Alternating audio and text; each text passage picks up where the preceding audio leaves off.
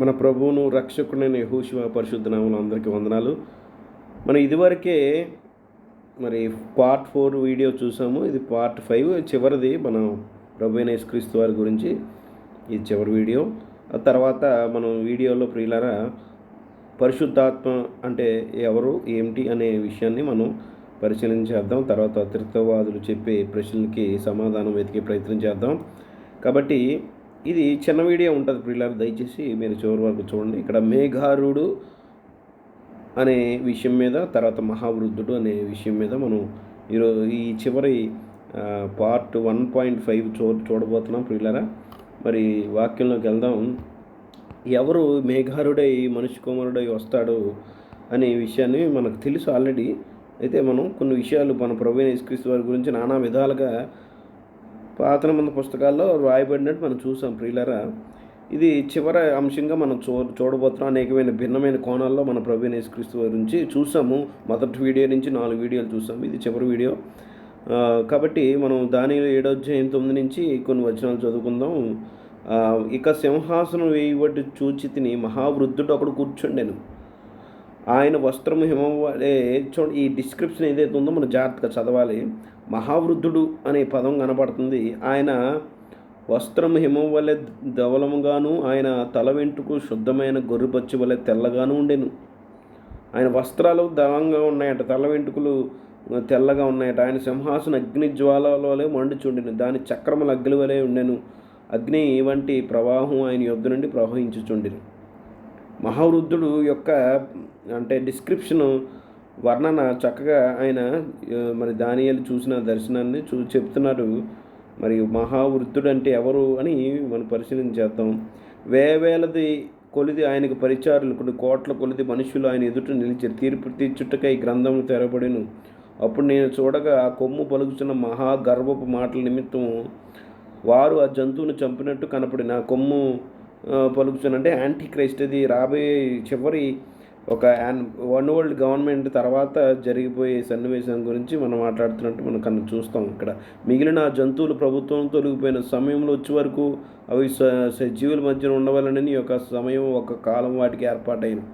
రాత్రి కలిగిన దర్శనం వల్ల నేను ఇంకా చూస్తుండగా ఆకాశ మేఘారుడై, మనం ఇదే కదా టాపిక్, ఆకాశ మేఘారుడు మహావృద్ధుడు అనే ఈ టాపిక్లో ఆకాశ మేఘారుడై మనుష్య కుమారుని పోలిని ఒకడు వచ్చి ఆ మహావృద్ధుడుగు వారి సన్నిధిని ప్రవేశించి ఆయన సముఖముకు తేబడిను. సకల జనులు రాష్ట్రంలో ఆయా భాషలో మాట్లాడేవారును ఆయన్ను సేవించినట్లు, వర్షిప్ అని ఉంటుంది, సేవించినట్లు. చూడండి, గమనించండి. ఇక్కడ మనిషి కుమారుడు, ఆకాశ మేఘారుడు మనిషి కుమారుడు అట. మహావృద్ధుడు ప్రవేశించి ఆయన సముఖము తేపడిన సకల జనులు, ప్రపంచ ప్రజలందరూ ఆయన ఆరాధించాలి. అంటే ఎవరుండి ఆరాధన యోగ్యుడు? మరి ధర్మశాస్త్రం ప్రకారము దేవుడిని యెహోవాను తప్ప ఎవరును ఆరాధనకి యోగ్యుడు కాదు. ఇది విగ్రహారాధన. యెహోవాను తప్ప మీరు ఎవరిని ఆరాధించినది విగ్రహారాధన కింద పరిగణించబడుతుంది. ఇక్కడ వాడబడిన పదం అరామిక్ పదం పెలాహ్ అనే పదం వాడబడింది. ఇక్కడ చాలామంది సేవించడం అంటే సర్వ్ అని ఇంగ్లీష్లో ఉంటుంది. కొన్ని తర్జుమాల సర్వ్ చేయడం అంటే పెద్ద ఇదేమీ ఆరాధించడం కాదు అని చాలామంది, యేసు దేవుడు కాదు అని వారు చెప్పే మాటలు ప్రియులారా. సేవించడం, సర్వింగ్ అంటే రాజులను కూడా సేవిస్తారు అనే పదాలు చూపిస్తూ ఉంటారు. కాకపోతే మనం వర్డ్ స్టడీ చేయాలి. పెలాహ్ అనే పదం ప్రభుత్వమును, మహిమను, ఆధిపత్యమును ఆయనకి ఇవ్వబడింది. ఎవరికి ఇవ్వబడిను? ఆ మనిషి కుమారునికి. ఆకాశ మేఘారుడు వచ్చి మనిషి కుమారుడు. ప్రభుత్వం, మహిమ, ఆధిపత్యమును ఆయనకి ఇవ్వబడిన. ఆయనకి ఇవ్వబడినంటే చూసారు, ఆయనకి ఇచ్చారంటే ఈయన దేవుడు కాదు. చూద్దాం ప్రియులు. ఆయన ప్రభుత్వం శాశ్వతమై అది ఎన్నటికీ తొలగిపోదు. ఆయన రాజ్యము ఎప్పుడునూ లయము కాదు అని మాటలు 14 వరకు చదువుతుంది. దాన్ని కంటిన్యూ చూస్తే, నాకు కలిగిన దర్శనములో నన్ను కలవరపరిచినందున దానియేలు, నేను నా దేహంలో మనోదుఃఖము గలవాడిని అయితేని, నేను నా దగ్గర నిలిచి ఉన్న వారిలో ఒకడి యొద్దకు పోయి ఇందును గూర్చి నిజమంతయు నాకు చెప్పమని అడుగుగా అతడు నాతో మాట్లాడి ఈ సంగతులు భావము నాకు తెలియజేసిన. ఎట్లనగా మహాజంతువులు 4 లోకమందు ప్రభుత్వం చేయబో 4 రాజ్యములను సూచించును. అయితే మహోన్నత పరిశుద్ధులే. ఇక్కడ మహోన్నతిని పరిశుద్ధులైన పదం కనబడుతుంది. హెబ్రీలో ఎలా ఉందో చూద్దాం. అరామిక్లో పరిశుద్ధుల రాజ్యము అందుదురు, వారు యుగాంతం వరకు రాజ్యమేలుదురు. ఆకాశమంతటి క్రిందనున్న రాజ్యమును, అధికారమును, రాజ్యమహత్యమును, మహోన్నతిని, అంటే హయ్యెస్ట్ వన్ అని ఇంగ్లీష్ ట్రాన్స్లేషన్, పరిశుద్ధులకు చెందును. ఆయన రాజ్యముని నిత్యము నిలుచును. అధికారులందరూ దానికి దాసులై విధేయులవుదురు. ఇందులో సంగతి సమాప్తమైనని చెప్పాను. ఈ ఏదైతే హైలైట్ చేశానో ఈ పదాలు మనం జాగ్రత్తగా గమనించినట్లయితే అందరూ ఆయనకు విధేయులైనట్టు, ఇక్కడ కూడా వాడబడిన పదం ఇక్కడ సేవించినట్లు అని రాయబడింది. ఇక్కడ విధేయులగుటకు వర్షిప్ ఫెలాహ్ అని పదం వాడారు. ఇందులో సంగతి సమాప్తం అని చెప్పాను. ఇక్కడ ద మోస్ట్ హై ఎలియాన్ అనే పదం మనకి 9 సార్లు 3 నుంచి దానియేలు 3వ అధ్యాయం నుంచి 6వ వచనం వరకు దేవుని గురించి మోస్ట్ హై అంటే తండ్రి అయిన దేవుని గురించి మాట్లాడితే ఎలియాన్ అనే పదం మనం చూడగలుగుతాం. ద హయ్యెస్ట్ వన్ ఎలియోనియం అనే పదం 4 సార్లు వాడిపోయిన దానియేలు 7:18, 22 వచనం, దానియేలు 7:25, 27 must referring to the messianic king who receives. అది మెషియానిక్ కింగ్ ఎవరైతే రాజుగా చూపించబడుతున్న క్రీస్తుకు మెషియాకి మనకి ఆ పదాలు వాడినట్టు మనం చూస్తాం. ఎలియోనిం పైన ఏమో ఎలియాన్, మోస్ట్ హై అన్నది, ఇక్కడ హయ్యెస్ట్ వన్ అన్నది. ఇక్కడ అది మనం గమనించవచ్చు. ఆయన మహావృద్ధుడు దగ్గర నుంచి ఆయన తీసుకున్నట్టు మనం గమనించవచ్చు. ప్రియులరా, ఎవరు ఆ మహావృద్ధుడు, ఎవరు ఏంటి పరిస్థితులు మనం చూస్తే మనం ముందుకు వెళ్దాం. ప్రియులరా చూడండి, ఎవరు మనిషి కుమారుడు మనకు తెలుసు. మనిషి కుమారుడు పోలిన వాడు మహావృద్ధిని వద్దకు వెళ్ళారని ఉంటుంది. ఇది మొదలుకొని మనిషి కుమారుడు సర్వశక్తిని కుడిపార్చున, అంటే తండ్రి కుడిపార్చున కూర్చుండండి, ఆకాశం మేఘారుడై మీరు చూతునని చెప్పగా ప్రధాన యాజకుడు తన వస్త్రం చింపుకుని వీడి దేవదోషం చేయించున్నాడు. మనకి సాక్షులతో పని ఏమి, ఇదిగో ఈ దేవదోషం మీరు ఉన్నారు కదా అని అన్నారు. ఇక్కడ మనిషి కుమారుడు అన్నందుకు వారికి తప్పుగా అనిపించదు. కుడివైపున ఉన్నారనేది ప్రాబ్లం కాదు. ఎక్కడ వీరికి యూదులకి వారికి దేవదోషణ అయిందంటే ఆకాశ మేఘారుడై వస్తాడన్న మాట, ఇది ఆ దృష్టిలో దేవదోషణ. ఒక వ్యక్తి అది వాక్యము తెలిసిన యూదులకి అది దేవదోషణగా అనిపించింది. ఎందుకంటే ఇదిగో ఆయన మేఘారుడై వచ్చుతున్న ప్రకటన 1:7 ఉంది. ఎందుకు వారికి దేవదోషణ అన్నారు తెలుసా? దేవుని మనిషి కుమారుడని, దేవుని కుమారుడు అన్నందుకు పెద్ద ప్రాబ్లం కాదు వారికి. ఎక్కడ ప్రాబ్లం వస్తుందంటే దేవుడికి ఆపాదించబడిన కొన్ని టైటిల్స్ ఏదైతే ఉన్నాయో అవి ఈయన చెప్పుకోవడం వల్ల ఈయన దేవదోషం చేస్తున్నాడన్న విషయం. వన్ ఆఫ్ ద టైటిల్ కేవలం this title clouds on the heavens is reserved only for deity. దేవునికి మాత్రమే ఆపాదించబడిన మేఘారుడై వచ్చునని ఆ పదము కేవలం దైవుడికి మాత్రమే ఆపాదించబడిన పదం. ఎందుకంటే మనం లేఖనాలు ధర్మశాస్త్రం ఏం చెప్తుందో చూద్దాం. ద్వితోపదేశకాండం ఎందుకు వాళ్ళ దేవదోషంగా పరిగణించంటే, నేను ఈ వీడియో ఎందుకు చేయడం ప్రధాన కారణం యేసుక్రీస్తు వారు రెండో వ్యక్తి కాదని చెప్పడం కోసం. అదే విధంగా యేసు దేవుడు కన్న కుమారుడు కాబట్టి, ఆయన దేవుడు యొక్క ఎక్స్టెన్షన్ కాబట్టి ఆయన దేవుడై ఉన్నాడు. అఫ్కోర్స్ ఈజ్ అంటే తండ్రి యొక్క అదృశ్య రూపం యొక్క దృశ్య రూపం ఆయన దేవుడే అని చెప్పడానికి చేసే ప్రయత్నమే ఈ వీడియో. ప్రియులరా, ఎవరైతే క్రీస్తు కేవలం దేవుని కుమారుడు అంటే సృష్టించబడినవాడు, లేదంటే ఆత్మగా ముందు నుంచి ఉనికిలో ఉన్నాడు. ఎలాగున్నాడు? ఉనికిలో ముందు నుంచి ఉన్నాడంటే మరి ఎవరు ప్రమేయం లేకుండా ఉనికిలో తనంతట తానుగా ఉన్నాడంటే దేవుడే అవుతాడు. తనంతట తానుగానే ఉన్నాడా, దేవుడికి కంటే అన్నాడా అనే క్లారిటీ కోసమే ఈ వీడియోలు చేయడం జరుగుతుంది. మీరు గమనించారా?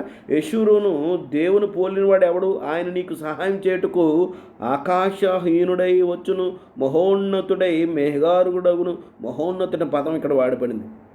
ద్వితోపదేశకాండంలో చూసారా? ఆకాశం మేఘారుడు అంటే ఆయన నిజంగా మేఘాల మీద వస్తాడని కాదు, సైన్యాన్ని అంతటినీ తన మీద అధికారి అయి వస్తాడని మనం ఎలగారికలుగా మనం అర్థం చేసుకోవచ్చు. ఇక్కడ అందరికీ అన్న పైన అధికారి అని మనం అర్థం చేసుకోవచ్చు. ఈ టైటిల్ కేవలం దేవునికి మాత్రమే చెంది. ఇక్కడ స్పష్టంగా ఈ వచ్చిన ద్వితీయోపదేశకాండంలో మోషే రాశాడు, మేఘారుడే దేవుడు వస్తాడని ఉంచాడు. యేసుప్రభువు నేను మేఘారుడే తండ్రి వస్తాను అని అన్నప్పుడు వీళ్ళకి ఈ వాక్యం గుర్తొచ్చింది. అమ్మో, ఇది దేవదోషణ, ఈయన దేవుడని చెప్పుకుంటున్నాడు. ఆ యెహోవా గురించి ఏదైతే మోషే రాశాడో అది నేనే అని చెప్పుకుంటున్నాడని వారు తప్పు పట్టారు. ప్రియులరా, కీర్తనలు 104:3 మనం చూడగట్లేదు. జనముల్లో ఆయన, అంటే ఇక్కడ యెహోవా అని ఉంటుంది, తన గదులు ధూళమును వేసి ఉన్నాడు. మేఘములను తనకు వాహనంగా చేసుకుని గాలి రెక్కల మీద గమనమును చేయుచున్నాడు. కీర్తనకారుడు కూడా ఈ వాక్యాలన్నీ వారికి చిన్నప్పటి నుంచి చదువుతారు కదా, గుర్తుకొచ్చి మేఘారుడే వస్తానంటుంటే మరి ఆ వాక్యాలన్నీ అది యెహోవా గురించి చెప్పబడ్డే కదా, ఈయన దేవుడు అని చెప్పుకుంటున్నాడని మనకి ఇక్కడ వాళ్ళకి అర్థమైందన్నమాట. యెషయా 19:1 చూడండి, ఐగుప్తు గూర్చిన దేవోక్తి యెహోవా వేగము గల మేఘం ఎక్కి ఐగుప్తుకు వచ్చుచున్నాడు అనే పదాలు ఇవన్నీ మనం చూస్తూ, మనిషి కుమారుడు, మేఘారుడైన పదాలు, టైటిల్స్, ఇవన్నీ దేవుని టైటిల్స్. ప్రియులారా, నేను ఈ వీడియో చేయడానికి ప్రధాన కారణం అదే. 5వ పార్ట్గా చేయడానికి కదా, అంటే యేసు ప్రభువు వారు రకరకాల విధాలుగా ప్రత్యక్షపరుచుకున్నాడు పాత నిబంధన కాలంలో. అయితే ఈ చివరిది అంశంగా మనం గమనిస్తున్నాము. ఇంకా ఉండొచ్చు పోలికలు, ఎవరైనా చెప్పొచ్చు. అయితే నాకు ఈ 5 సఫిషియెంట్ వీడియోస్ అని మన ప్రభువైన యేసుక్రీస్తు వారు దేవుని ప్రత్యక్ష రూపమని, దేవుడు కన్నా ఏకైక కుమారుడని, ఆయన దేవుడు కుమారుడు కాబట్టి ఆయన దేవుడై ఉన్నాడని, ఆ ఒక్క దేవుని యొక్క ప్రతిరూపమైన యేసుక్రీస్తు వారు దేవుని కుమారుడే ఒరిజినల్గా, ఆయన దేవునికి కుమారుడు. అయితే ఆయన సేమ్ నేచర్, సేమ్ క్వాలిటీ, ఆయన అన్ని విషయాల్లో తండ్రికి సమానుడుగా ఉన్నాడు. దైవత్వం, ఎందుకంటే సేమ్ నేచర్, ఆయన తండ్రి యొక్క కొనసాగింపు, ఎక్స్టెన్షన్. ఆయన రెండో వ్యక్తి కాదు, తిత్తవాదులు చెప్పినట్టు రెండో వ్యక్తి కాదు ఆయన. కాబట్టి సృష్టించబడినవాడు కాదు యేసుక్రీస్తు వారు, గమనించాలి. కాబట్టి మేఘారుడైన పదాలు మనం గమనించాలి. చాలామంది ఆయన్ని నేను దైవత్వం నిరూపించే ఆ క్రమంలో ఇక్కడ చాలామంది సేవించడం అంటే పెద్ద అది ఆరాధన కాదు అని చెప్పే ప్రయత్నం చేస్తారు. కొన్ని ఉదాహరణలు చూపిస్తారు. Serving is just a normal response to the Kings. అదే సాధారణంగా రాజులు ఎదుట రాజులు సేవించుతారు అన్న పదాలు కనపడతాయి కాబట్టి అది ఆరాధన కాదు, ఆరాధనకు దేవుడు ఒక్కడే యోగ్యుడు, నిజమే. కాకపోతే సేవించడం అంటే ఇది కాదంటారు. కానీ మనం ఉదాహరణకి ఎగ్జాంపుల్ సర్వింగ్ అనే పదాలు కింగ్ నెబుకద్నెజరు చూడండి, ఒక వాక్యం చదువుతాం. ఇర్మియా 27 చదువుదాం ప్రియులారా. ఇర్మియా నేను తీస్తాను. ఇర్మియా 27 నా దగ్గర బైబిల్ ఇక్కడ పెట్టుకున్నాను. ఇర్మియా 27 6-7 చదువుకుందాం. చూడండి, ఇప్పుడైతే దేశములన్నింటినీ నా దాసుడగు బబులోను రాజు నెబుకద్నెజరు వశం చేయుచున్నాను. అతన్ని సేవించుటకై భూ జంతువులు కూడా అతను వశం చేయుచున్నాను. అతన్ని సేవించుటకై అంటే ఇప్పుడు దేవుడే చెప్తున్నాడు అతను సేవించడానికంటే, ఆయన ఆరాధించడానిక అంటే నెబుకద్నెజరు కూడా ఆరాధనకు యోగ్యుడా? ఇక్కడ సేవించడం అనే పదం ఉన్నది కదా అని చెప్పే ప్రయత్నం చేస్తారు. 7వ వచనం కూడా తన స్వదేశమున కాలం వచ్చిన సమస్త జనులు అతని కుమారునికి అతని కుమారుడు దాసులయ్యుందురు. ఇక్కడ దాసులు సేవించడం అంటే ఏంటి అని అర్థం అంటారు. ఇక్కడ చూడు, మనం గమనిస్తే ఇక్కడ సర్వ్ అని ఉంటుంది. సర్వ్ అనే పదానికి అబాద్ అనే పదం వాడారు. H5647 అనే పదం, అబాద్ అనే పదం వాడారు. కాబట్టి నిజమే. మరి మనం జాగ్రత్తగా దానియేలు గ్రంథం చాలా వాక్యాలు అరామిక్ భాషలో రాయబడింది. చూడండి, మనం అబాద్ అనే పదం వాడలేదు ఇక్కడ, జాగ్రత్తగా గమనించాలి. పెలాహ్ అనే పదం ఎక్స్క్లూజివ్గా దేవతలకి, అన్ని దేవతలకి, నిజమైన దేవునికి మాత్రమే వాడబడిన పదం. ఈ పదం మీద స్టడీ చేయండి. పెలాహ్ అనే పదం యేసుక్రీస్తు మనిషి కుమారుడు, ఆరాధనకి యోగ్యుడు అని చెప్తున్నాను. బైబిల్ చెప్తుంది ఏంటంటే ఆరాధనకి దేవుడు మాత్రమే యోగ్యుడు అవుతాడని స్పష్టంగా చెప్తుంది దేవుని వాక్యం. కాబట్టి ఆరాధనకి ఎలా యోగ్యుడు మనం ఆ పదాన్ని ఎలా వాడారో, పెలాహ్ అనే పదాన్ని మనం దానియేలు గ్రంథంలోనే కనపడుతుంది. మరి మనం జాగ్రత్తగా పరిశీలిస్తే చూడండి, దానియేలు 3:12 ఒక అన్య దేవతల కొరకు వాడబడిన పదం చూడండి, ఆరాధించడానికి ఏ పదం వాడారు చూడండి. ఇక్కడ దానియేలు 3:12 ఆ మనుష్యుడు తమని ఆజ్ఞను లక్ష్య పెట్టలేదు. ఆ మనుష్యులు అంటే షడ్రక్ మేషక్ అబేద్నెగోలు అంటారు కదా, వారు లక్ష్య పెట్టలేదు, తమని దేవతలను పూజించట్లేదు. చూసారు, ఇక్కడ పెలాహ్ అనే పదం సేవించడం రాశారు. ఇక్కడ ఇదే పదం పెలాహ్ అనే పదం పూజించట్లేదు, తెలుగు తర్జుమా రాయబడింది. నమస్కరించడం లేదు అనేది. ఇక్కడ అదే పదం 3:14 మీరు నా దేవతను పూజించట్లేదనియు అని నెబుకద్నెజరు ప్రశ్న వేస్తాడు. తర్వాత 3:18 రాజా నీ దేవతలు మేము పూజించమనియు పెలాహ్ అనే పదం వాడారు. ఇక్కడ అన్ని దేవతల గురించే పూజించమనే సందర్భం, ఆ టాపిక్, ఆ పదం వాడారు. వారు తమ దేవునికి గాక మరి ఏ దేవునికి నమస్కరింపరనియు ఏ దేవుని సేవింపకయు అనే పదం మళ్ళీ ఇక్కడ పెలాహ్ అనే పదం వాడారు. మనం కావాలంటే దానియేలు 3:28 నేను కాంకార్డెన్ డిక్షనరీ చూస్తాను ప్రియులారా.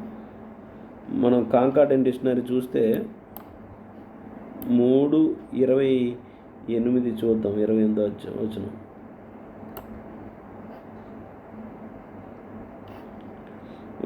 అక్కడ పిలాహన పదం వాడారు ప్రియులరా.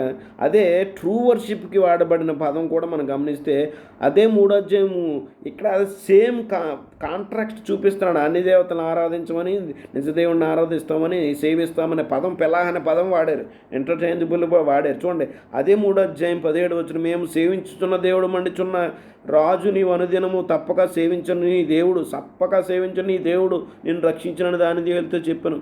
6:16, 6:20 నిత్యము నీవు సేవించను నీ దేవుడు నిన్ను రక్షింపగలనా అంటున్నాడు. సకల జనులు రాష్ట్రములు ఆయా భాషలు మాట్లాడు ఆయన సేవించినట్లు 7:14 ఉంది. ఆయన అంటే ఇక్కడ ఎవరిని?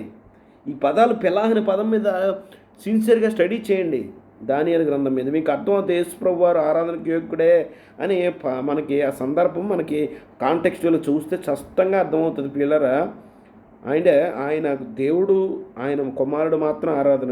ఆయన తన మహిమను వేరే ఆయనకి ఇవ్వడు, ఎందుకంటే పక్కన వేరే వ్యక్తి ఇంకో రెండో వ్యక్తిత్వంలో చెప్పినట్లు లేరు అక్కడ. ఆయన తన సొంత కుమారుడు తన వేరే ఆయనకి ఇవ్వడు. ఆయన మహిమను వేరే దేవతలకో పూజలకో రెండో వ్యక్తికో ఆయన ఎవరు, ఆయన తన సొంత కోరుడు. He is then extension of him. కాబట్టి ఆయనకి వేరే వాళ్ళకి పంచుకోవడని వాక్యం స్పష్టంగా చెప్తుంది. కాబట్టి సేవించినట్లైన పదం మీద స్టడీ చేయండి ప్రియులరా. మన ప్రభువైన యేసుక్రీస్తు ఆరాధనకి యోగ్యుడు అనే విషయాన్ని గమనించాలి. దానియేలు 7:9-10 ది యాన్షియంట్ ఆఫ్ డేస్ అని మహావృద్ధుడు అని ఉంది కదా, మనం ఇక్కడ పదాలు చూడవచ్చు. ఈ పదం మీద మనం స్టడీ చేస్తే, ఇక సింహాసనం వేయబడుచు మహావృద్ధుడు కూర్చుని ఆయన వస్త్రం ఏమో వాళ్ళే ధనంగా ఉండెను.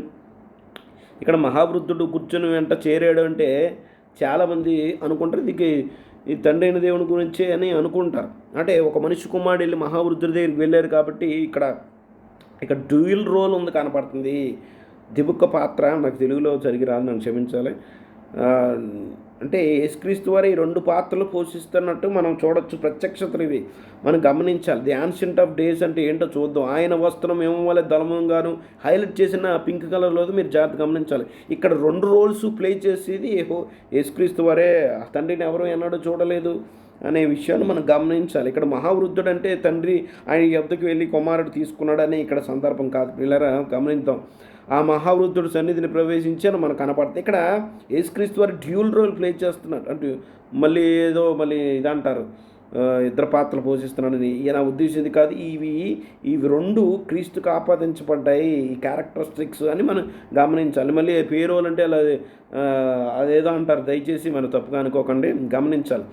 ఇక మహావృద్ధుడు గురించి చూద్దాం. మహావృద్ధుడు అంటే ఏంటో చూద్దాం. చూడండి, యెహోవా సింహాసనే ఉండగా పరలోక సైన్యం ఆయన కుడిపార్శ్వన ఎడం పార్శ్వం నిలిచి ఉంటే చూచితిని. యెహో సింహాసనాస్తుడైన వాడు అని అర్థం. ఇక్కడ గమనిస్తే యెషయా 6:1-5 మా రాజైన ఉజ్జియ మృతి నొందిన సంవత్సరం అత్యున్నత సింహాసనం ప్రభువు ఆస్తుని ఉండగా నేను చూచితిని. ఆయన చొక్కా అంచులు దేవాలను నిండుకొని నేను అయ్యో నేను అపిత్తమైన పెదవులు గలను, అపిత్తమైన పెదవులకు జనముల మధ్య నివసించేవాడు, నేను నశించింది రాజులను సైన్యముతో యెహోవాను కన్నులారా చూచితను అనుకుంటుంది. ఇక్కడ ఎవరిని చూశాడు యెషయా? దేవుడిని ఎన్నడూ చూడలేదు. తండ్రి అదృశ్యుడైన దేవుడిని ఎవరిని చూడలేదే. సైన్యంలో ఆ సింహాసనం మీద ఒక బాడీలీ మేనిఫెస్టేషన్ ఉంది. ఆ బాడీలీ మేనిఫెస్టేషన్ ఎవరండి? తన కుమారుడు కాదా? ఇక్కడ కింగ్ అంటే మహావృద్ధుడు అంటే ఒక రాజు, ఆయన ఒక జడ్జు అని మనం జాగ్రత్తగా పరిశీలిస్తే మహావృద్ధుడు అంటే ఎవరు? మరి నిజంగా తెల్ల ఎంటుకలు అని కాదు. ఆయన యొక్క డిస్క్రిప్షన్ దాన్ని బట్టి అర్థం చేసుకుంటే ఒక రాజు. ఆయన కీర్తనలు 10, 16, 29, 10, 44, 4, 47, 4, 40, 74, 12 వచ్చి ఈ వచనాలు దయచేసి స్క్రీన్లో ఉన్నాయి, చదువుకోండి. ఆయన judge and the ancient of days is Jehovah the king who is judges అని అర్థం దీనికి అర్థం. కాబట్టి మనం ముందుకెళ్తే చూడండి, ఇక్కడ యెషయా 1:26-28 చూస్తే ఇదే వర్ణన ఉంటుంది. దానియేలు మహావృద్ధుడి యొక్క వర్ణన వివరించాడు కదా, యెహెజ్కేలు కూడా అదే వర్ణన చెప్తున్నాడు. మనం జాగ్రత్త గమనిస్తే వాటి తలలపైన ఉన్న ఆ మండలం పైన నీలి కాంతమైన సింహాసనం ఒకటి కనపడింది, మరియు ఆ సింహాసనం వంటి దాని మీద నరస్వరూపియకు అక్కడ ఆశ్చర్య. ఎలా ఉన్నాడు? ఫిజికల్ అపీరియన్స్ ఒక నర రూపంలో ఉన్నాడు. ఎవరండి ఇది? ఈ దర్శనంలో చూసింది యెహెజ్కేలు అయితే ఎవరు చూశారు? దానియేలు దర్శనంలో చూసిన మహావృద్ధుడు అంటే ఎవరు? ప్రియుల, అక్కడ మనిషి కుమారుడు యేసుక్రీస్తు వారే. అక్కడ మహావృద్ధుడు అనే పాత్ర అంటే మళ్ళీ కోటి తప్పుగా అర్థం చేస్తారు, ఈ పాత్రలు పోషిస్తున్నారని అనే తప్పుతో పాటు క్యారెక్టర్స్ ఇవన్నీ అది గమనించాలి. చూడండి, ఆ సింహాసనం దాని మీద ఒక నీల కాంతుల సింహాసనం మీద ఒకడు కూర్చున్నారట, నరస్వరూపిలాగా కనపడ్డాడంట. ఇక్కడ పిక్చర్లో కనపడదు. చుట్టూన్న కరుగుచున్న ఇత్తడి అగ్నియునున్నట్ట కనపడి, మరి నడుము మొదలుకొని దిగువ వరకు ఆయన అగ్ని స్వరూపంగా నాకు కనపడిన, చుట్టూను తేజోమయంగా కనపడిన, వర్షాకాలమును కనపడిన ఇంద్రధనుస్సు యొక్క తేజస్సు వలె దాని చుట్టూను తేజస్సు కనపడి సేమ్ కింద కనపడిన పిక్చర్లో. ఇది యెహోవా ప్రభావ స్వరూప దర్శనం. చూడండి ప్రియులారా, ఇక్కడ ఇంగ్లీష్లో 1:26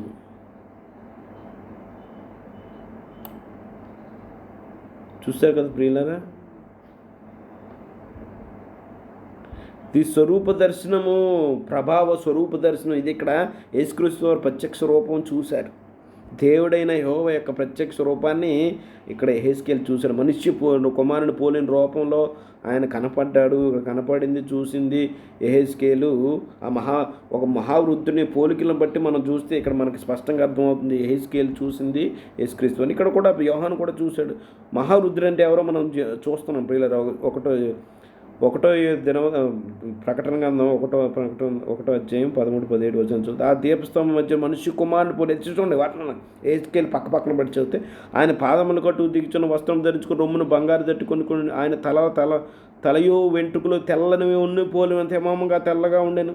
ఇక్కడ సింహాసనాసుని వృద్ధునికి కూడా తెల్లగా ఉన్నాయి. ఆయన దీనికి అర్థం ఏంటో చూద్దాం. ఆయన పాదములు కొలిమిన పుటం వేయబడిన మెరుపు వంటి అపరంజంతో సమానమైన, ఆయన కంఠస్వరం విస్తార జలముల వల్ల ధనమేలే ఉండేను. ఇదే పదాలు మనకి యెహెజ్కేలు గ్రంథంలో కూడా కనపడతాయి.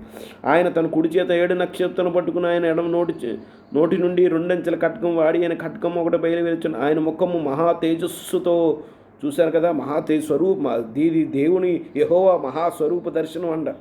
చూసింది సాక్షాత్తు యేసుక్రీస్తు వారి నిజస్వరూపాన్ని చూశాను. ఆయన ముఖము మహా తేజస్సుతో, తండ్రిని ఎవరు చూడలేదు ప్రియులారా. ప్రకాశ సూర్యులను నేను ఆయన చూడగానే చచ్చిన వాని వల్లే ఆయన పాదముల యొద్ద పడితిని. ఇవన్నీ చక్కగా ఒక క్రమ పద్ధతిలో మనం చదివితే మహావృద్ధుడు అని ఎవరైతే కనపడుతున్నారో అది తండ్రే, అది కుమారుడు యేసుక్రీస్తు మనకు అర్థం చేసుకోవచ్చు. అలాగే ఆ మనిషి కుమారుడు పోలినవాడు అంటే ఒక్కొక్క డిఫరెంట్ టైమ్స్లో ఆయన మనిషి కుమారుడికి లోకానికి వచ్చాడు. అంటే మనిషి కుమారుడుగా ఈ లోకానికి వచ్చాడు. మనిషి కుమారుడు రాకముందు మరి ఆయన దేవుని వాక్కుగా ప్రత్యక్షమయ్యాడు. మరి ఆ క్యారెక్టరిస్టిక్స్ ఇక్కడ క్యారెక్టర్స్ చూస్తే అది ఎవరు 2 వేరు కాదు కదా, వేరే వ్యక్తులు చేయలేదు ఇవన్నీ. మన ప్రభువైన యేసుక్రీస్తు యెహోవా వాక్కుగా దర్శనమిచ్చారు. మనం చూసినట్టు ఆయన యెహోవా కుడి హస్తముగా మనకు కనపడే యెహోవా దూతగా మనకి ప్రత్యక్షమైనట్టు, ఒక మనిషిగా కానీ ప్రత్యక్షమైనట్టు, ఇవన్నీ ఎవరో యేసుక్రీస్తు వారు కాదా.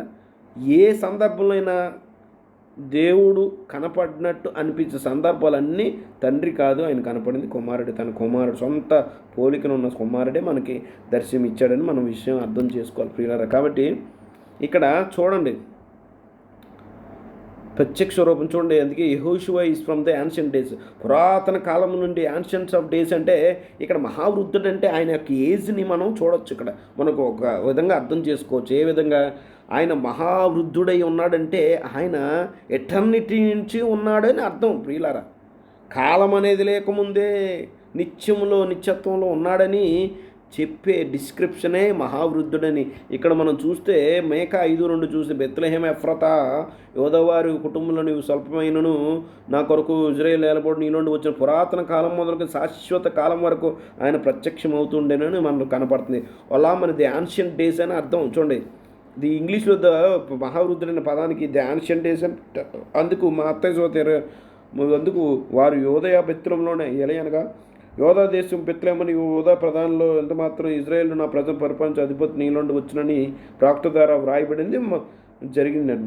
అది మేకాలో ఉంటుంది ఆ ప్రవక్త చెప్పినట్టు. ఇక్కడ హిబ్రూలో ఒలామ్ అని శాశ్వత కాలం నుండి ఆయన ప్రత్యక్షమవుతున్న పదాన్ని ఇంగ్లీష్లో scenes from the ancient of days అని ఉంటుంది. ఇక్కడే కదా మహావృద్ధుడి ద యాన్షియంట్ ఆఫ్ డేస్ అని ఉంటుంది. ఇంగ్లీష్లో మహావృద్ధుడు అన్న చోట ద యాన్షియంట్ ఆఫ్ డేస్ అని ఉంటుంది. He is manifesting, is declaring himself from the ancient days అని మనకు కనపడుతుంది ప్రియులారా. కాబట్టి ఆయన కుమారుడి పేరేమి అని వాళ్ళు సృష్టికి ముందు ఉన్నట్టు స్పష్టంగా మనకి ఆధారం ఇక్కడ కనపడుతుంది ప్రియులారా. ఇక్కడ మనం గమనించేది 1 తిమోతి 3:16 ఇక్కడ ఒరిజినల్ ఈ గ్రీక్ పదాలు మనం చూస్తున్నట్లయితే థియోస్ అనే పదం వాడారు. అక్కడ దేవుడు అని చెప్పే పదం theos. And without controversy great is the mystery of godliness. ఇక్కడ థియోన్ అనే పదం వాడలేదు, థియోస్ అనే పదం వాడేది. మనం డిక్షనరీ చూసుకుంటే దేవుడు ప్రత్యక్షమైన శరీరతో God manifested in the flesh అని.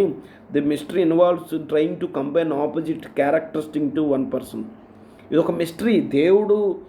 దేవుని కుమారుడు, దేవుడుగా సమానుడైన దేవుని కుమారుడు ఒక మానవుడిగా రావడం, ఈ క్యారెక్టరిస్టిక్స్ అన్నీ అది చూడడం ఒక మిస్టరీ. ఎందుకంటే నేనేమంటానంటే ఆయన రాజుగా ఉండగలడా, అదే ఒక రాజుగా ఆయన ఉండగలడా, ఒక సేవకుడుగా ఉండగలడా, ఒక దేవునిగా ఉండగలడా, దేవుని కుమారుడుగా ఉండగా, ఒక మానవుడిగా ఉండగలడా. ఇవన్నీ అనేక మల్టిపుల్ క్యారెక్టరిస్టిక్స్ ఇవన్నీ మనం గమనించినప్పుడే ఇది ఒక మిస్టరీ. ప్రియులరా గమనించండి. మహావృద్ధుడు అంటే చూడండి, నేను ఏమంటానంటే ప్రియులరా, ఇక్కడ దానియేలు 7వ అధ్యాయం మనం ధ్యానం చేస్తున్నాం. మేఘారుడై అన్నవాడు మనిషి కుమారుడు అని మనకు కనపడుతుంది. అది యేసుక్రీస్తు అని అందరూ ఇంక మహావృద్ధుడు అన్నప్పుడు అది వేరే వ్యక్తి అనుకుంటున్నారు. కానీ మనం జాతికి పరిశీలన చేస్తే ఒక రాజు ఒక సర్వెంట్గా, సేవకుడిగా ఉండగలడా, ఒక దేవుని కుమారుడు ఒక మానవుడిగా ఉండగలడా, మనం ఆలోచించేద్దాం. చూడండి ఇక్కడ గమనించండి. యెహెజ్కేలు 1వ అధ్యాయం 1-10 5 బ్రాంచ్ ప్రాఫెసీస్ ఉన్న ప్రవచనాలు ఉన్నాయి. అవి గమనిస్తే ఒక రాజు, సేవకుడు, దేవుడు, మానవుడు అని ఈ క్యారెక్టరిస్టిక్స్ మనం ప్రభు అయిన యేసుక్రీస్తులో చూడొచ్చు ప్రియులారా. అందుకనే యాన్షియంట్ ఆఫ్ డేస్ అంటే, మహావృద్ధుడు అంటే ఇక్కడ ఆయన యొక్క ఎటర్నిటీని మనం చూడొచ్చు. ఆయన అన్ని తండ్రిలో నిత్యం ఉన్నాడు. ఆయన కుమారత్వం ఆయనకి ఒక పాస్ట్ ఎటర్నిటీలో జరిగింది, ఎప్పుడో ఒక సందర్భంలో జరిగింది. అది beyond time out of mind. ఎందుకంటే టైం లేదు, అప్పుడు టైం క్రియేట్ చేయబడలేదు. అది ఒక నిత్యత్వం మాట. నిత్యత్వ కాలంలో ఒకనొక సందర్భంలో ఆయన ప్రత్యక్షమైనట్టు మనకి మేకా చెబుతున్నాడు. ఇక్కడ మనం గమనిస్తే 1వ అధ్యాయం యెహెజ్కేలు 10వ వచనం చూస్తే, 4 ఎదుట ముఖరూపములు మానవ రూపము వంటివి, కుడిపార్శ్వ రూపం సింహం వంటిది, ఎడమ పార్శ్వము ఎద్దు ముఖం వంటిది, 4వది పక్షిరాజు ముఖం వంటి ముఖములు కలవు. ఇక్కడ ఒక సింహాసనం కనపడుతుంది, ఇక్కడ కెరూబులు కనపడుతున్నాయి. ఒక్కొక్కరు ఒక డిస్క్రిప్షన్ వర్ణన వారికి వర్ణించబడింది. ఒకరు మానవ రూపంలో కనపడుతున్నారు, ఒక సింహ రూపంలో, ఎద్దు రూపంలో, పక్షిరాజు రూపం. ఇవన్నీ క్రీస్తు పోషించే తమ పని నిమిత్తం ఆయన మానవాళ్ళని రక్షించే క్రమంలో ఆయన చేసే ప్రతి క్యారెక్టర్ మనం చూడొచ్చు. చూడండి, ద మిస్టరీ ఇన్వాల్వ్స్ ఆయన ఒక రాజు, యేసుప్రభువు ఒక సర్వెంట్ కూడా అయ్యాడు. ఆయనకు దేవుని కుమారుడు కాబట్టి ఆయన ఒక మానవుడు అయ్యాడు. ఇవన్నీ ఎలా సాధ్యం అవుతాయి చూడండి, మనం గమనిద్దాం. చూడండి, ప్రకటన గ్రంథం 4వ అధ్యాయం 6-8 వచనాలు కూడా ఒక దూడ వంటిది, మనిషి రూపం వంటిది అని ఈ పదాలు, పక్షిరాజు వంటిది అని పదాలు మనం దేవదూతల వర్ణాన్ని చూడొచ్చు. యాక్చువల్గా ఈ 4 పాత్ర దేర్ ఆర్ ప్రాఫెటిక్ రోల్స్. ఇవన్నీ క్రీస్తు పోషించిన ప్రవచన దర్శనాలు ఇవన్నీ ప్రియులారా. ఈ ముఖరూపాలు చూడండి, there are 5 prophetic roles which the branch అంటే ఇక్కడ ఎక్స్క్లూజివ్గా మనిషి కుమారుడికి వాడబడిన పదం.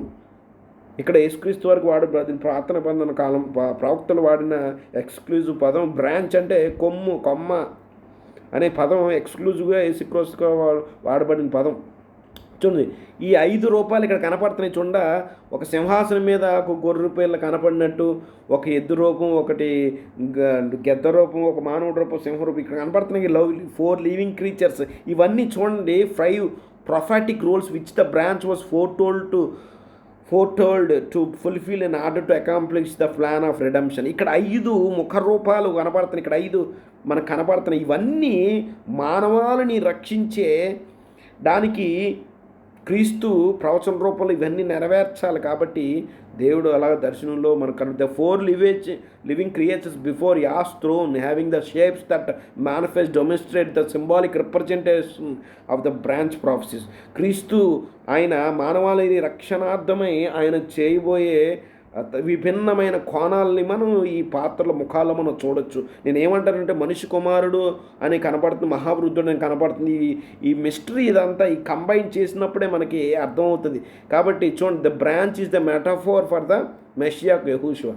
ఇది క్రీస్తు వారికి బ్రాంచ్ అంటే కొమ్మ అనే పదం క్రీస్తు వారికి. కాబట్టి చూడండి, the 5-fold ministry of the Messiah యెహోషువ. ఆయన ఒక పని నిమిత్తం ఆయన రక్షణ ప్రణాళికలో ఎన్నో చేయాల్సి ఉన్నది. కాబట్టి మానవుని రక్షించాలంటే ఇవన్నీ చేయాల్సి. ఉదాహరణకి ఒక్కొక్కటిగా ఆయన ఎలా చూడండి, ఇప్పుడు ఇక్కడ పిక్చర్లో కనపడుతుంది అక్కడ బ్రాంచ్ కనపడుతుంది, అది యేసుక్రీస్తు అని చూసాం. ఆయన సింహం వలె ఉంటాడని చూడండి. అందుకనే 23:5 చూస్తే ప్రవచనం ఉంటుంది చూడండి. యెహోవా తండ్రి ఇలాగూ సెలవిచ్చుచున్నాడు, రాబో దినంలో నేను దావీదునకు నీతి చిగురు నా పదం కనపడుతుంది చూసారా, పుట్టించేతను అతడు చూసారు. నీతి చిగురు అంటే అతడు అని కనపడుతుంది ఇక్కడ యేసుక్రీస్తు. అతడు రాజు కదా, సింహం రాజు పరిపాలన చేయను. అతడు వివేకంగా నడుచుకుంటూ కార్యం జరిగించు, భూమి మీద నీతి న్యాయం జరిగించు. ద గాస్పెల్ అంటే ఇక్కడ మత్తయి సువార్త గమనిస్తే క్రీస్తుని ఒక రాజుగా చూపించే ప్రయత్నం చేశాడు. మత్తయి సువార్తలో మనం 28 అధ్యాయాలు చదివితే క్రీస్తుని ఒక రాజుగా, యూదుల రాజుగా అని మనం చూపించాడు. ఇక్కడ మనం చూడండి, ఒక కెరూబుల మొహం ఏమో ఒక సింహం పోలిన మొహం కనపడుతుంది. యాక్చువల్గా క్రీస్తు ఒక ప్రవచనం నెరవేరుతుంది రాబోయే రోజుల్లో. మనం గమనించాలి, యేసుప్రభువు తిరిగి వచ్చినాక ఈ ప్రవచనం నెరవేరుతుంది. 23 5 ఇది 1000 పరిపాలనలో క్రీస్తు రాజై పరిపాలన, రాజులకు రాజై ప్రభులుగా పరిపాలించే సందర్భం గురించి ఈ ప్రవచనం నెరవేరిపోతుంది. అప్పుడు ప్రియులారా గమనించి, the symbol of the messianic branch as the king for his kingly role. ఆ రాజు పాత్ర ఆయన 1000 పరిపాలనలో ఉండబోతున్నాడు. ఆయన రాజుగా ఉండబోతున్నాడు. మొదటిసారి వచ్చినాడు ఆ క్యారెక్టర్ చూడండి, సేవకుడిగా వచ్చారు. చూడండి ఆ ప్రశ్న చూద్దాం. ఇక్కడ ఎద్దు పాత్ర మనం చూసాం కదా. ఇక్కడ చూడండి ప్రవచనం దీనికి కూడా ఉంది. జకరియా 3:8 నీవును వారును నా మాట ఆలకింపవాలి, ఏదనగా చిగురను నా సేవకుని నేను రప్పించబోచు. దేవుడు మాట్లాడుతున్నాడు, తండ్రి మాట్లాడుతున్నాడు ప్రవక్తల ద్వారా. చిగురు నా సేవకుడు is going to be my servant. The gospel అంటే మార్కు సువార్త ఆయన్ని సేవకుడుగా అంటే ఆయన సేవ చేయించుకోవడానికి రాలేదు. యేసుప్రభువు వారు ఒక సేవకుడుగా సేవ చేయడానికి వచ్చాడు. మానవాళిని రక్షణార్థం ఆయన తగ్గించుకుని ఆయన ఒక సేవకుడుగా సేవ చేసేవాడుగా, సర్వెంట్గా పాత్ర పోషించాడని చూపించే ప్రయత్నం చేశాడు Mark. The symbol of the messianic branch as the bull for his servant role. చూడండి, ఎద్దు బలమైందే కానీ అవి మనకెంతో ఒక సర్వీస్ చేస్తుంది.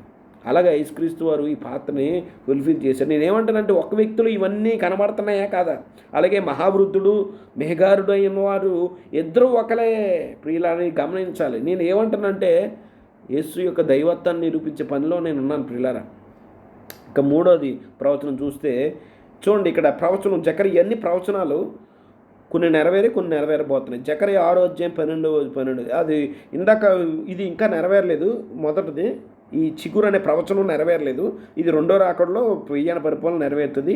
ఇది ప్రభువైన యేసుక్రీస్తు వారు మానవుడిగా మెషియాక్ బెన్ జోసెఫ్గా వచ్చారు. సఫరింగ్ సర్వెంట్ అంటారు కదా, ఇర్మియాలో ఉన్నట్టు యెషయా చెప్తున్నట్టు సఫరింగ్ సర్వెంట్గా వచ్చారు. ఈ వచనం నెరవేరింది, ఈ ప్రవచనం నెరవేరింది, ఈ ప్రవచనం కూడా నెరవేరింది. చూడండి, అతనితో ఇట్లను జకరియా 6:12 అతనితో ఇట్లను సైన్యంలో యెహోవా సెలవిచ్చిన చిగురు అని ఒకడు కలడు. ఇక్కడ చూడండి, ప్రతిదాని చిగురు అనేది కలవడు అని కనపడతా. అతడు తన స్థలంలోంచి చిగురు, అతడు యెహోవా ఆలయం కట్టును. ఇంకా ద గాస్పల్ ఆయన మనిషి కుమారుడుగా చూపించే ప్రయత్నం చేశాడండి. ఒక్కొక్కరు 4 సువార్తలు ఒక్కొక్క విభిన్న కోణాల్లో మన ప్రభువైన యేసుక్రీస్తు వారి యొక్క అంటే ఆయన పాత్ర ఎలాగ అంటే విభిన్న కోణాల్లో ఆయన వర్ణించారు. The symbol of the messianic branches the man for his Roman role.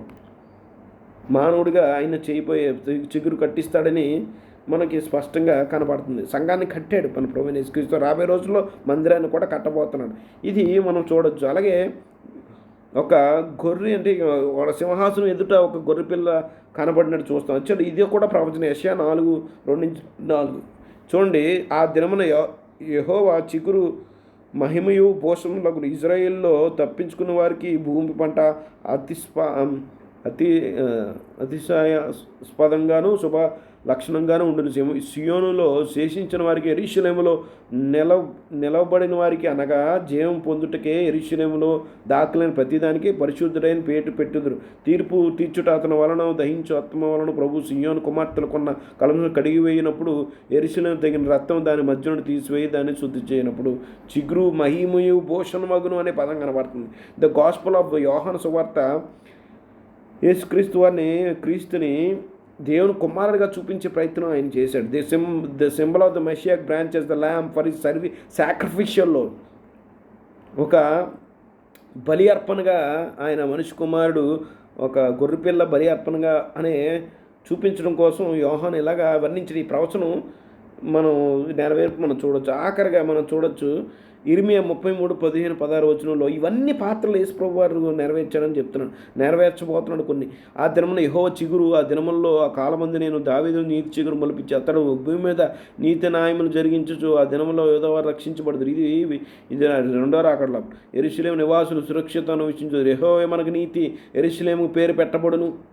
అప్పుడు is going to judge the book of revolution.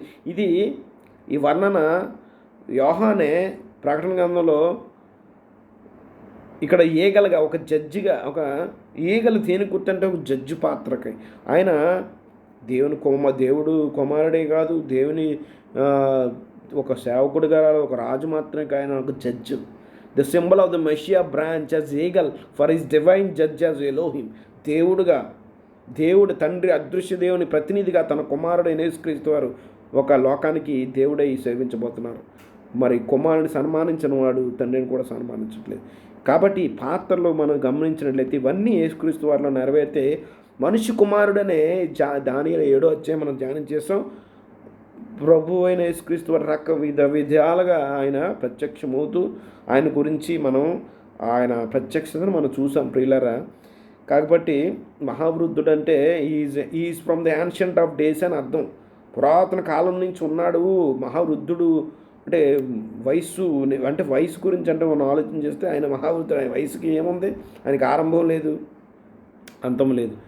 కాబట్టి కుమారత్వానికి ఒక ఆరంభం ఉన్నది, అయితే ఆయన దైవత్వానికి ఆరంభం లేదు. ఇది మనం ఆల్రెడీ ఫస్ట్ వీడియోలో నిరూపించాం. కాబట్టి ప్రియులరా, యేసుక్రీస్తు వారి యొక్క గురించి పరిపూర్ణ వివరంగా, అంటే పరిపూర్ణంగా కాకపోయినా చాలా మటుకు మన ఈ 5 వీడియోల ద్వారా వివరించడం జరిగింది నేను భావిస్తున్నాను ప్రియులరా. ఈ 5 వీడియోల ద్వారా మీరు సత్యం తెలుసుకుని బలపరచబడితే దయచేసి సబ్స్క్రైబ్ చేయండి, లైక్ చేయండి, షేర్ చేయండి. చాలామంది క్రైస్తవ సహోదరులకి మన తెలుగు రాష్ట్రాల్లో క్రైస్తవులందరికీ చేరే విధంగా వీడియో షేర్ చేయండి ప్రియులారా. దయచేసి సత్యము పట్ల ఆసక్తి కలిగిన వారు చివరి వరకు వీడియోస్ చూడండి ప్రియులారా. ఎంకరేజ్ చేయండి వీడియోస్ని. మరి ఇంకా నెక్స్ట్ మనం ఇప్పుడు దాకా ప్రభు అయిన యేసుక్రీస్తు వారి గురించి చాలా మటుకు తెలుసుకున్నాను భావిస్తున్నాను. మరి నెక్స్ట్ మనం వీడియోలో చేయబోయేది పరిశుద్ధాత్మ అంటే ఎవరు, ఏమిటి అనే విషయాన్ని మనం నెక్స్ట్ వీడియోలో జాయిన్ చేద్దాం. ఆ తర్వాత మీకున్న సందేహాలకి ఉండొచ్చు. ఏదైతే తత్వం మరి బాప్తిస్మం తీసుకున్నాడు, ఒక ఆయన కనపడుతున్నాడు, ఆయన తండ్రి నా ప్రియకుమారుడు అన్నారు. ఇక్కడ పావురు మళ్ళీ పరిశుద్ధాత్మ దిగి వచ్చినట్టు మనకి పావురు ఆకృతిలో మనకి కనబడుతుంది కదా, మరి ముగ్గురు కనబడుతున్నారు కదా. ఈ సందేహాలు మరి ఇవన్నీ మనం చూద్దాం. మత్తయి సువార్త 28వ అధ్యాయంలో తండ్రి కుమార పరిశుద్ధాత్మ నామంలో బాప్తిసం అన్నారంటే త్రిత్వం ఉంది. కాబట్టి యేసుప్రభు వారు ఆ 3 పేర్లు ముగ్గురు వ్యక్తులు ఉన్నారని దేవుళ్ళు అని చెప్పే ప్రయత్నం కదా చేశారని ఆ విషయాలు మనం ఇంకా చాలా విషయాలు యోహాను సువార్త 14వ అధ్యాయం, 15వ అధ్యాయం, 16వ అధ్యాయంలో మరో ఆదరణకర్తను గురించి, ఆ మరొక ఆదరణకర్త అన్న నేనే అనలేదు కదా. కాబట్టి ఇక్కడ వేరే వ్యక్తి, 3వ వ్యక్తి ఉన్నాడు. త్రిత్వంలో ఒక దేవుళ్ళు 3 వ్యక్తులు ఉన్నారని ఆలోచన, ఈ చెప్పే ప్రయత్నాలు ఇవన్నీ మనం స్టడీ చేద్దాం ప్రియులారా. ఇప్పుడైతే మరి ఇక్కడ సెలవు తీసుకుంటాను. మరి మీ అనుదిన ప్రార్థనలో నన్ను జ్ఞాపకం చేసుకోండి ప్రియులారా. ఇంకా దేవుడు అనేక సత్యవాక్యములు చెప్పే విధంగాను, దాని ప్రకారం నడుచుకునే విధంగాను మరి మా పరిచర్య నిమిత్తం ప్రార్థన చేయండి. అనేకులు బలపరిచిన ఎవరిని బలవంతం పెట్టను, నేను నెమ్మదిగా ప్రోత్సహిస్తూ ఉంటాను మా సంఘాన్ని. కాబట్టి దయచేసి మరి వీడియోల ద్వారా దీవెన పొందితే యెహోవా మిమ్మును మీ కుటుంబాన్ని నడిపించి సర్వసత్యంలో నడిపించును గాక. ఆమేన్.